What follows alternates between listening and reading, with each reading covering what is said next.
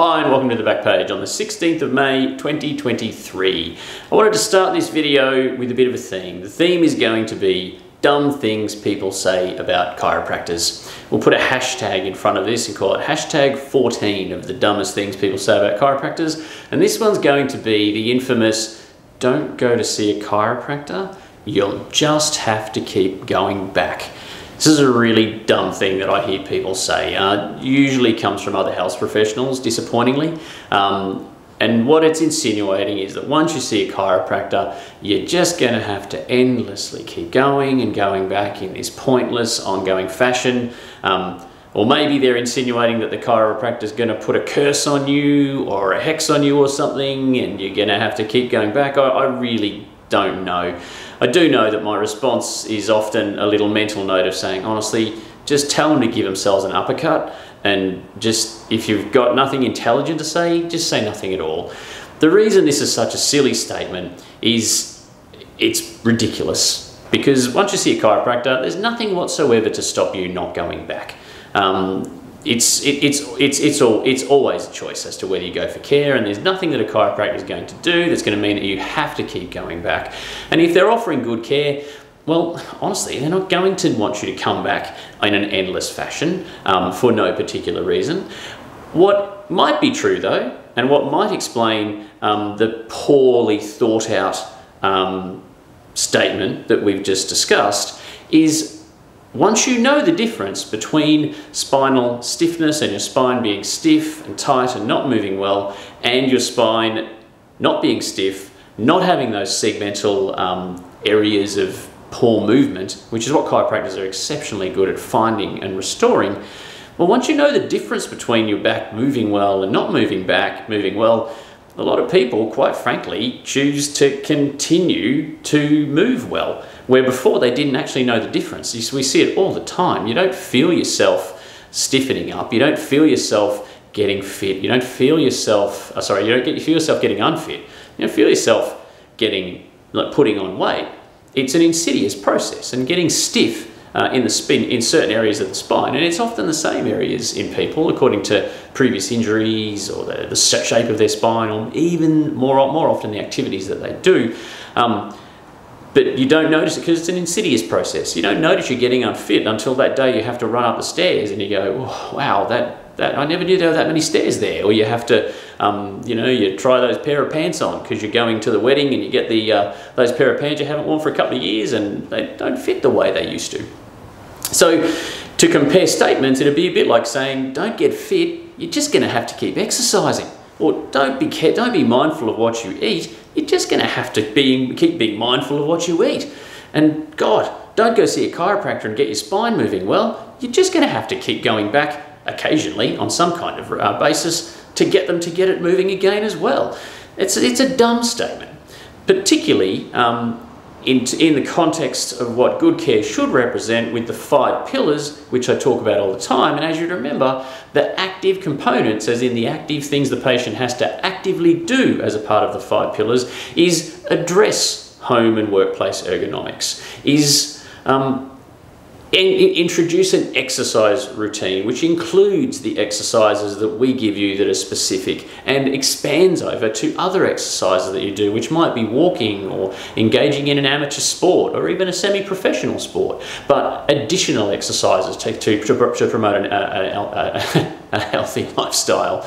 And then finally, of course, all those other lifestyle things that you can do that advocate optimal spinal health, and that can come down to diet, that can come into weight control, literally all the other things which we will go through that can't be neglected if you want to get the very best for your spine. Hi, we've been getting some fantastic feedback to our videos, and I just wanted to take this opportunity to thank you. But also, I was going to help to ask you if you could like the post. Remember to subscribe, because that allows you to be notified when we make additional posts. Remember, subscribing is free. But more importantly, if you could remember to comment in the post and engage with other viewers, that's fantastic. It also, more importantly, allows me to tailor my content to suit you better and answer the questions you have. Moving into the second part of the video, I just wanted to talk about a quick recap.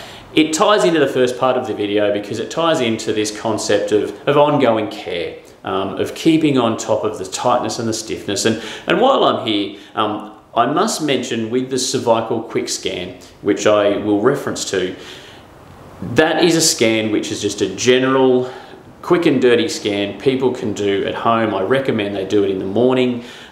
Usually if you're brushing your teeth, you've just got out of the shower. If you're doing your hair, you have a mirror, it's the start of your day, you've usually got a little bit more time, you're not stressed.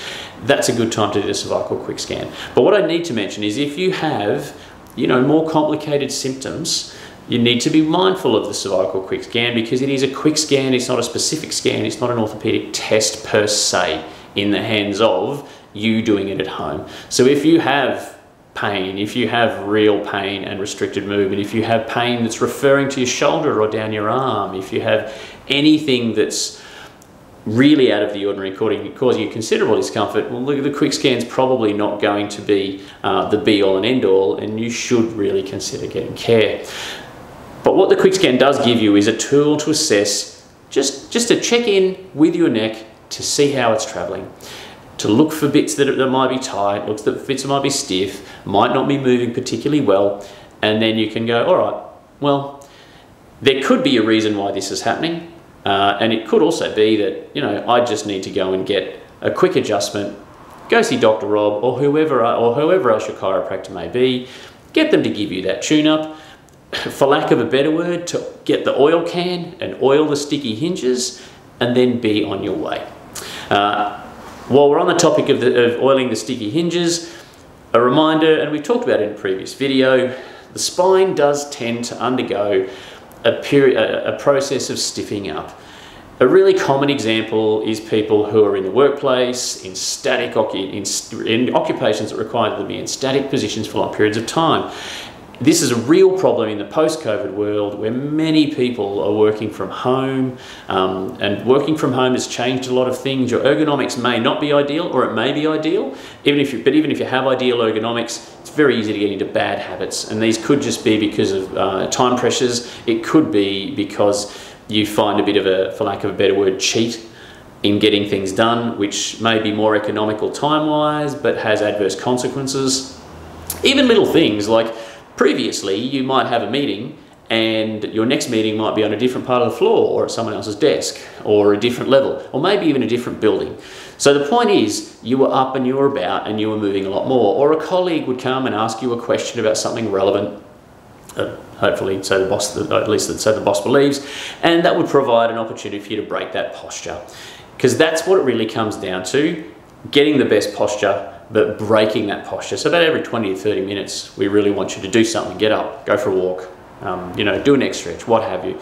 We talk about this a lot more in the workstation assessment form. So please consider visiting the website. The link will be in the descriptions of these videos, depending on where you're viewing it. Have a look at that. There's also a car posture form. There's a whole bunch of these resources that we're producing and making available to help you to become more aware and put in place better spinal hygiene habits. So there you have it.